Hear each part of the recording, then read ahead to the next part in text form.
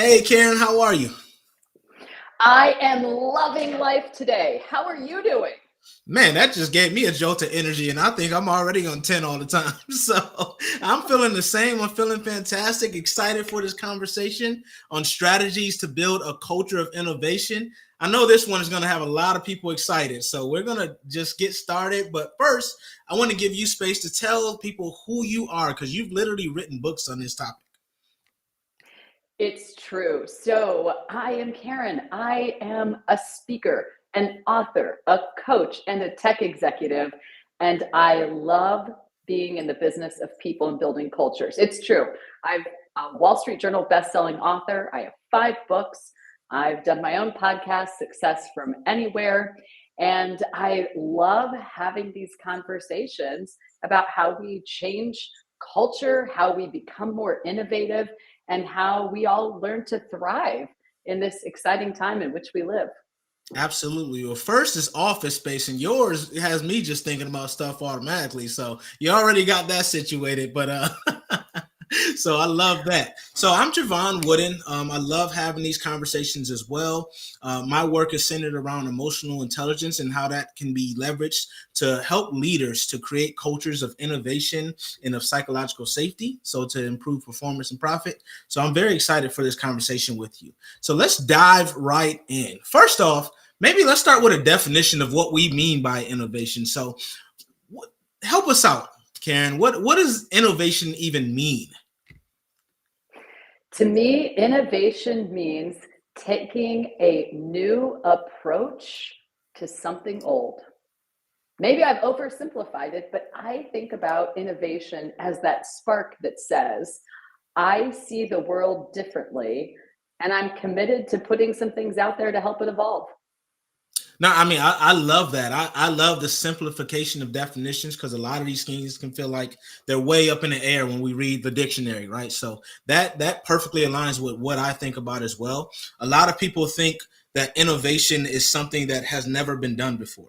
Well, you'd be hard pressed to find that. So I like that you said taking something old and really, manipulating it to be better, right? To really amplify the impact that it had initially. So what are some of the steps, like when you work with clients, when you work with customers, what are some of the obstacles first that people have to innovation, and then how do you take them from where they are to where they need to be to create this culture of innovation? I call it the Apple myth. Everyone thinks that to be innovative, you need to come up with the next Apple or Amazon or iPhone or Uber, and that's not true. Innovation is very often incremental. We were talking about that idea of taking something old and putting your new twist on it as an opportunity for innovation. And what I often see companies and teams do is fall into the trap of going too big too fast. Mm. And the reality is, you can start with where you are and work with what you have. Now, it might surprise your listeners to discover that I'm actually also a professional chef. So I went to culinary school, and one of the most shocking things I discovered in culinary school is that every sauce on planet Earth is derived from 5 mother sauces. There are 5 basic sauces, and every sauce ever made is just a remix of one of those 5. Wow. So what I Never get learned, that. yes, Wow. I think about innovation the same way. It's about being flexible within a framework. It's taking something you know and trying something a little bit different on top of it, so that hollandaise sauce from your breakfast eggs benedict becomes béarnaise sauce for your supper time steak. Wow, you know what? That is, I love the way you just put that. And when you think about food and anything, it's like one little tweak can make it completely different. And we've seen, you mentioned a lot of those organizations, Uber, for instance, right? It started with a pain that the founder was trying to get a taxi, couldn't get it. So he's like, well, it has to be a better way. So it's like hire as a service, right? And that's how we have this organization today, which we've seen spawned off the lifts and the boats if you go overseas, and all these other organizations that are doing the same. And now they innovate by adding different services like food delivery, right? So this is exactly what we need, making it a tangible thing. And when you think about creating that culture from a human standpoint, There are a few things that we need to think about as leaders, right, to ensure that our organization allows room for innovation. So what would you say some of those must-haves are to allow for that room for people to innovate? It starts with insatiable curiosity. And insatiable curiosity to me looks like asking a couple of questions that everyone can participate in answering. And two of my favorites when it comes to creating a culture of innovation are, what would this look like if it were easier? Hmm. Back to your Uber example, that's what that is. What would it look like if getting a taxi was easier? What would it look like if the contracting process or the sales process or the support process in your organization was easier? The second one is, what else could this be? Just like my example I gave you with the sauces, somebody looked at tomato sauce and said, what else could this be? Right? And they turned it into something different. And when you think about what's possible, you're looking in the direction of challenging the norm, challenging what we've known to be true. And everyone can participate in doing that from their own perspective. So I think, first of all, it starts with insatiable curiosity, asking great questions, choosing to challenge. Next is embracing experimentation.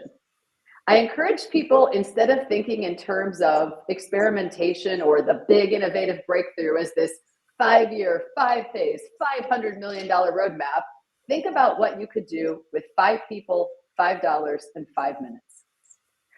What we're looking for is momentum. Innovation is all about quickly trying, failing, discovering, and moving forward.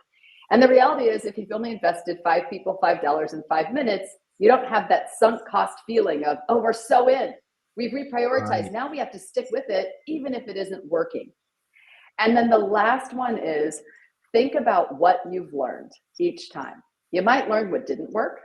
You might learn what did. You might discover a hidden talent in your organization that you can tap into that becomes a remarkable source of innovation and ideas. Hmm.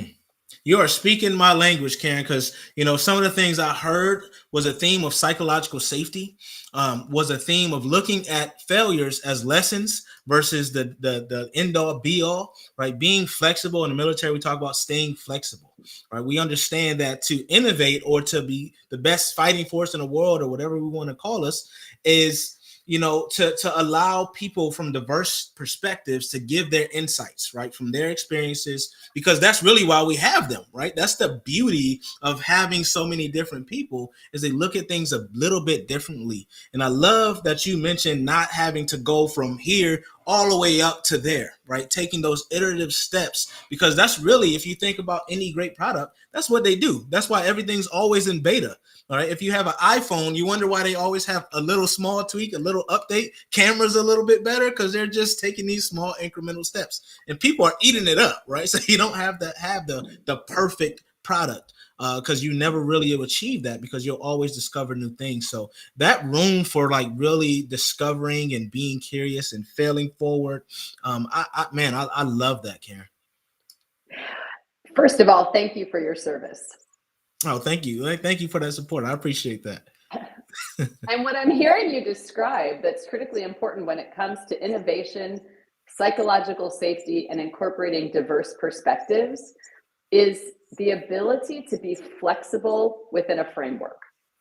So, for example, if you work in healthcare or banking or in the military, there is a certain set of rules and regulations that aren't going to yield no matter how innovative you want to be, right? Right. We all want the FDA to be there so that we have safe food and safe drugs, right? So there are some Yes, boundaries, please. right?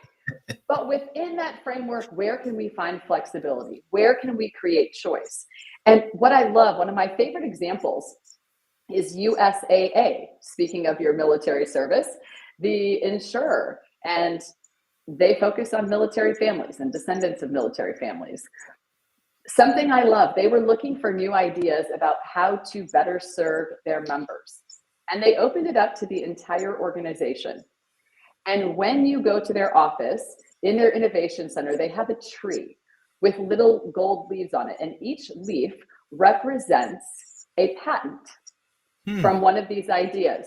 Would you like to take a guess who the number one patent holder who contributed the most ideas out of the entire USAA organization is? Someone from the call center. Sort of in that line of service, it is the person working the guard shack at the front gate when you go onto the headquarters property. Oh, wow. Wow.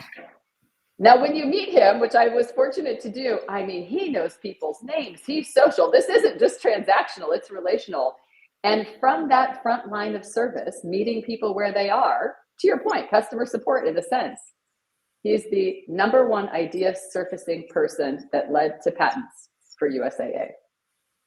See, and that's the beauty, because, I think this is a point we need to really zoom in on a little bit, Karen, because a lot of organizations don't give that chance for people at the front lines to even give their ideas. So I feel like there's this need for feedback systems. I know people who are listening to me, they're like, Jevon, you're always talking about feedback, but this is why it's so important. You need to be able to hear everyone, right? Not just from certain siloed organizations or parts of the organization or certain people. Give everyone a voice. And this is what can happen from that. Yes. And when you think about the conversation we were having a few moments ago about choosing to challenge, I challenge your listeners to think about how frequently inside of your team or organization, the thought is, we need a big new idea. We need to innovate. And what happens? Some executives or leaders go off to a retreat, right? They have this strategy and planning retreat. And what happens? It's this insular thinking of same people exposed to same data points, exposed to same stimuli, often with a group think, homogenous point of view. Mm-hmm. And then they come back from the mountaintop proverbially and say, we will now bequeath to you our plan for innovation, our big breakthrough, customer first.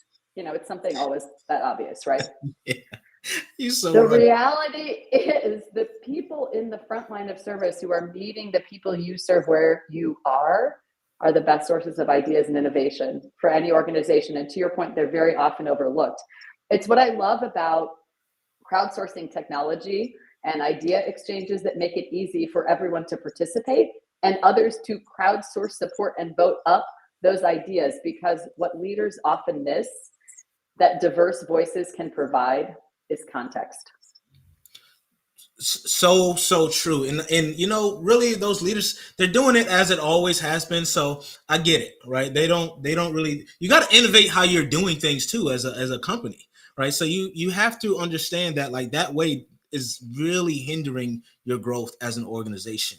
So I love that we're talking about the fact that leaders go off into Mount Olympus and then they come back down and just thrust whatever their idea was down everyone's throats. It doesn't work, right? Buy-in comes from both directions, right? If your people aren't buying in, you start to lose talent. You start to get a lack of employee engagement. All these things start happening because no one really resonates with what's happening. And if you just throw an idea, they probably don't even know how what they're doing is meaningful to that goal. So we have to ensure that everyone sees how they play a part, that everything is that they're doing is important as well. From the janitor all the way up to the CEO, they need to understand that.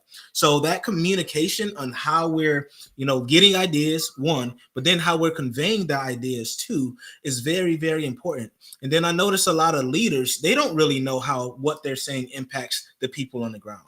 I see it a lot in like manufacturing plants and in construction industries where the people, they know what needs to get done, but the leaders, they're just like, oh, I just went to this conference. I would love to implement that, but they don't realize that it's actually detrimental to their people. So yes, I wholeheartedly agree. That I'm gonna quiet because I get on my soapbox when I start talking about that, Karen. We all feel greater ownership of what we help to create. When we see ourselves and our ideas and our suggestions and our challenges in the priorities that come back from leaders, adoption becomes natural, because all we're feeling is an extension of following through on the feedback or the idea that we've shared, and it's coming back as permission to execute and move forward. It's the most powerful change management plan and adoption plan ever created. Absolutely. And when I think about that, I know a lot of the leaders are like, I would love to be able to do that. That just feels so hard. And I'm just going to let them know it takes some emotional agility. right? Because you have to be able to recognize what you're feeling and where it comes from, and then allow that to be processed, but then, go against everything that your body may be telling you sometimes, right, Karen? We are often conditioned as leaders to believe that we are supposed to have all the answers. And I've been there too, many times. All of us have. And what All of us I've, have. yes, and what I've discovered is the best leaders ask the best questions, and then they get quiet and they listen. Right. So I think leadership, we have to be a little bit conditioned to, it's not about having better answers, it's about having better questions and sharing those questions with a much more diverse audience of people. I mean, I'm keenly aware that I don't have all the answers for how to grow our business or, how to change the world. I wish I did. The reality is we're stronger together, and great leaders ask great questions. And all great innovation, from my perspective, starts as a great question. 100%. One of my favorite thought leaders on this topic, Jim Collins. He talks about that in all his books, right? Beyond Entrepreneurship, Good to Great, right? How the Mighty Fall, all these books, right? And he talks about this concept of leaders not needing to know all the answers, right? They're more so coaches, right? They're asking the questions to get people to really innovate again and think about things a little bit differently. And then they're willing to go ahead and ask, how can I best support you? So I can get out of your way, give you the resources you need, give you the support you need, but allow you to do it in your way versus me trying to be prescriptive. And then getting that feedback along the way to say, all right, we can change this, tweak this here, do things different, scrap this plan, etc. And it takes a lot of courage to be able to do these things. It's not like it happens overnight, and it's not a constant. We have to continually work at these things. Jevon, what you just said there is so powerful, which is, how innovative can any of your employees be if what you do as a leader is tell them what to do? How does that encourage thinking? How does that encourage psychological safety? How does that encourage, a feedback forum where people can participate and share their ideas? And sometimes I think what happens is that we get stuck in this belief that coaching is someone brings you a challenge or an opportunity, and then you sort of tell them what to do as the leader. What you said is very powerful. Let me coach you to think through the implications of what you're saying. Let me coach you to access your own ideas, your network of people.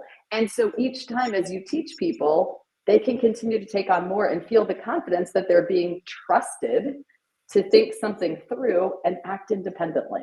Instead of this hub and spoke model, every time something happens, you come to me as the manager, then I tell you what to do and you go do it. That is nowhere near as powerful as this interconnected sphere of people that can go anywhere, do anything, talk to anyone, and explore any idea or opportunity.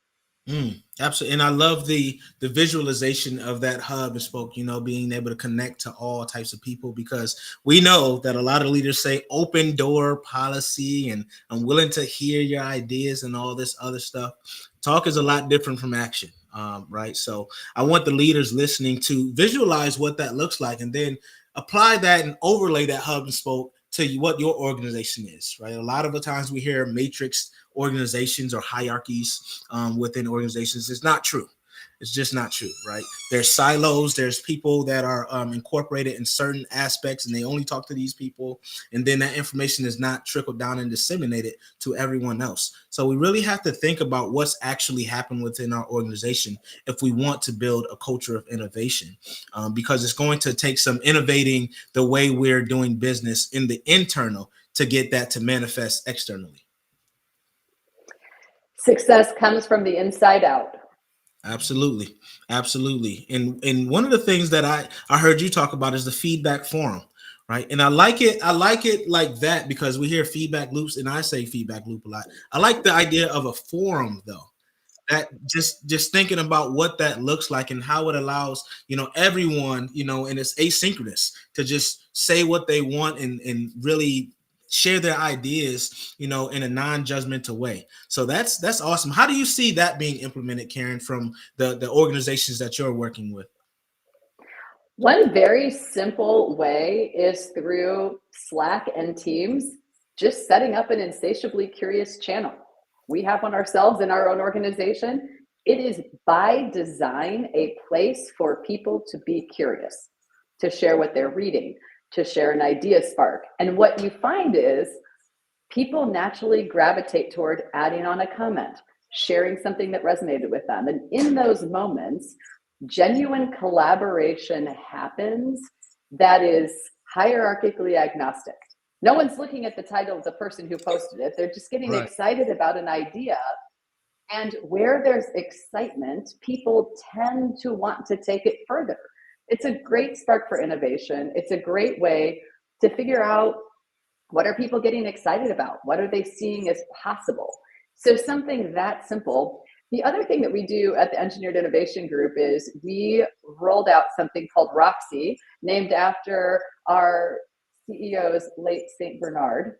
But Roxy, think about the dog playing fetch, right? Dogs are just, they never get fatigued playing fetch, right? You throw the ball, they pick it up, bring it back. They're never tired. As the adult, you're like, I'm getting a rotator cuff into. Well, throwing this thing. Exactly. In our instance, we built Roxy as an AI layer for automation and orchestration. So our Roxy that we now have clients using goes out and fetches information from all these disparate siloed systems and tools and spreadsheets, if we're honest, right? Puts it in one place and surfaces actionable insights for people. And something that's been so powerful as we've rolled out Roxy to organizations is that every single person in the organization can contribute to this idea of a task that, if it were automated, could free them up to do higher value work. So we find it's actually, while it of course helps people be more productive and make faster decisions and all the things we want, it's also a powerful tool for creating space for people to say, hey, I do this thing that's manual, and if I didn't have to do that anymore and go look this up or find this information in 5 different systems, I could spend more time serving our clients, or I could be selling more, or I could be doing more for the business instead of about the business. No, I absolutely love everything you just said. And that Roxy sounds really awesome, actually. I love that. There's this, one of the parts of my framework, my 5 Why framework, is YAR.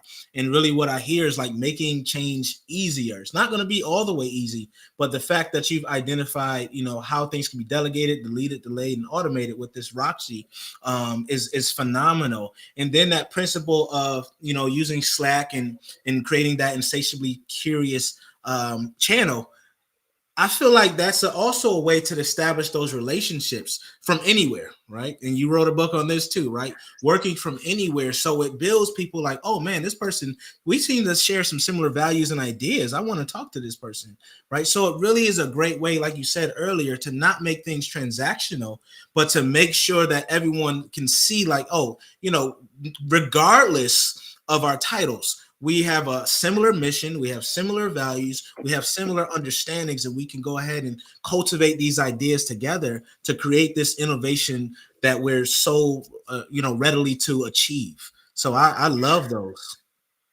And where I saw this come to life in a very powerful way is that I was fortunate this summer to have an extern to work with me on some marketing tasks.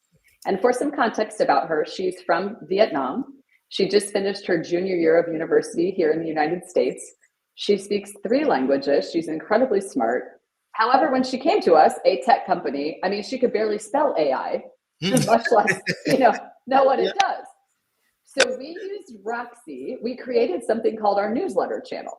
And what this little newsletter channel does with the power of Roxy is it pulls from our insatiably curious channel about what people are reading and writing and excited about. It pulls a few highlights from success stories, milestone moments, and it automatically writes kind of a draft of a newsletter that we could send to our clients. This bright young woman, within 2 weeks of starting with us, with absolutely no technical background whatsoever, was completely writing our client-facing newsletter with practically no help. And what that did was it actually led her to write her own blog about how she was terrified as a university student that AI would take her job as a marketer, that she wouldn't have a job when she finished university.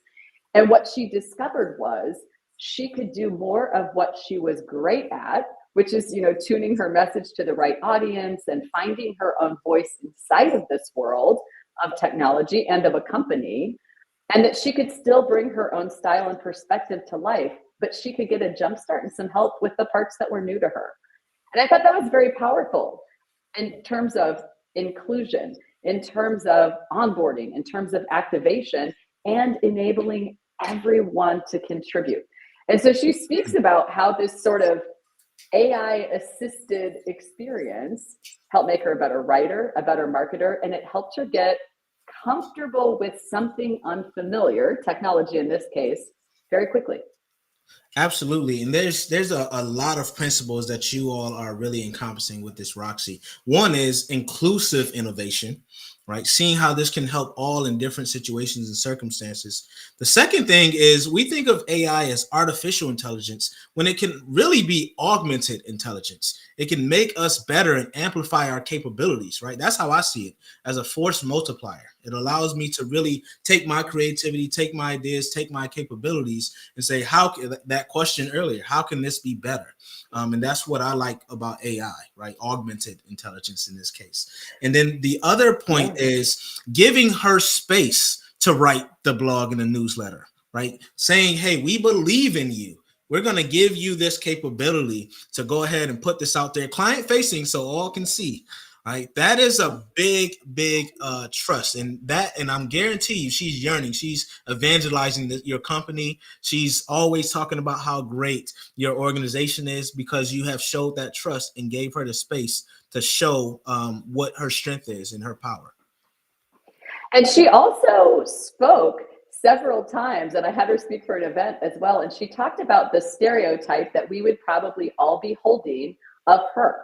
So generationally speaking, because of her age and because of being a non-native English speaker, she said most people would think if I were asked to write a newsletter or write a blog, that what I would do is go to ChatGPT and put some things in there and have it write for me. And she said, what I want you to know is I want to think on my own and do my own writing and have my own original thoughts. And I want to write and speak my heart.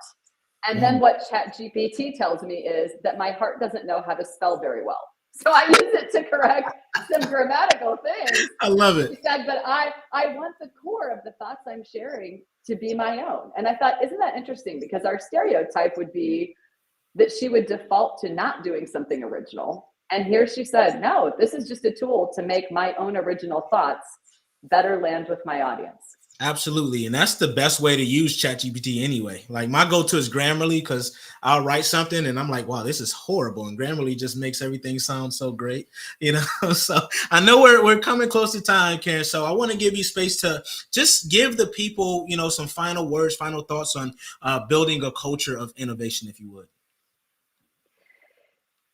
Ideas often come from the most unlikely places. And I want to connect back to your military service and the fact that you and I connected on LinkedIn over some shared ideas.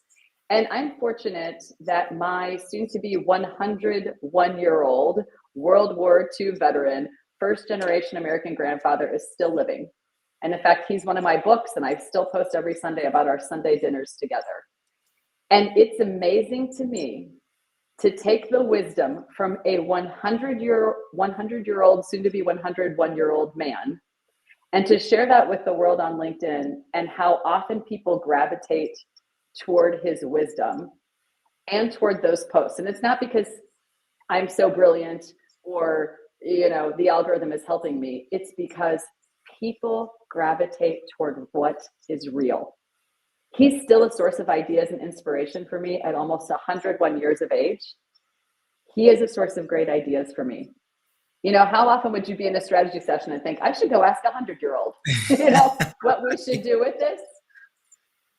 Look for wisdom and ideas and collaborators in unlikely places. Ask the unasked. Invite the quiet people to speak up, even if that's writing it down. Make space. When we create space, there's room for everyone. That is, I don't have anything to add because that was beautifully stated and wholeheartedly agree. Make space, communicate with people. this is how this happened, right? I just reached out. I saw some amazing work that you were doing. LinkedIn really facilitated because they popped you up on my feed on who I should connect with. And now this is where the magic happens, right? We were open, right? You got to be open to serendipitous moments like these. And that's where, like you said, the magic can happen and infinite possibilities occur. So thank you so much, Karen, for your time. Thank you for the over 200 people who joined our live session today. We definitely appreciate y'all. Put your thoughts in the comments. What did you like? What stood out for you? What are you doing as far as innovation, in your personal life or your organizations? We still want to hear from you, even if you're catching the replay.